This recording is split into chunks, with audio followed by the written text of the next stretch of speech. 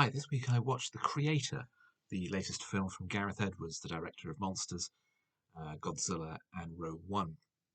It's a story of artificial intelligence set decades into the future, where a nuclear detonation in Los Angeles has meant that the United States has declared war on all AI, even though there are robots and simulants, artificial creatures with human faces, living in the new Asian republics, Southeast Asia. And an operative played by John David Washington is sent in to investigate and find the identity of Nirmata, the godhead of the AI community, who is believed to be a powerful person responsible for the AI situation. And by killing him, then the US can win the war. But as he spends more time there and bonds with the secret weapon the AI has planned, in fact, a small child who can control electrical systems remotely, he starts to wonder about his mission. Um, it's it's an awkward film to talk about, an annoying film to talk about, because so much of it is very good. The performances are generally very strong. Washington is very good. There are very fine supporting performances by the likes of Ken Watanabe and Allison Janney. The film looks fantastic. It was made on a relatively tight budget for a blockbuster of $80 million, which is a lot, but for a film like this, it's not that much. It's like a fifth of what it cost to make Indiana Jones and the Dial of Destiny. It looks fantastic, shot largely on location in Southeast Asia, Cambodia, Thailand, places like that. But its story and its themes are incredibly derivative and incredibly unoriginal.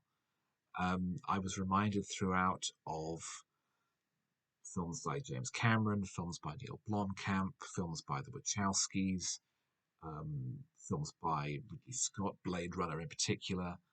Um, and I thought it was funny that the film has so much in common with the Channel 4 series Humans, which is also about the rise of artificial intelligence and potential conflict between that and humanity, even though the um, uh, robotic life forms simply want to live alongside humanity as equals. It's funny that there's so much similar to that when both starred Gemma Chan in major roles, as though it's almost a deliberate reference to the fact that, yeah, we're basically doing the same thing again, but in Southeast Asia. It does look fantastic. The visual effects are extremely impressive, given the budget, given the scale of the picture, and it is on a huge scale. And I was also very unimpressed by the ending. That it feels like no one really knew how to conclude the story. So after this lengthy journey across Southeast Asia, we then go into space for the final sequence, where um, the the American orbital defense craft Nomad, which looks like a giant star destroyer, is infiltrated, and there's a lengthy action scene, and it felt like it was bolted on from another movie, or because executives felt that the film wasn't commercial enough and had to have a more conventional action-based finale. And also at this point, the plot falls apart, and there are huge gaps in what's going on, and nothing seems to make sense anymore. It really feels like it was taken out of Edward's hands and given to someone else, although apparently it wasn't. And this is what it's supposed to be like. It's a triumph of production design, costume design, visual effects, cinematography, but all of it ruined by an unimaginative, unoriginal script and just a collapse of creativity towards the end. It's a real shame because this is an original script with an $80 million budget given to a director who has a track record of having projects taken away from him, because Rogue One famously was taken out of his hands and massively rewritten and reshot.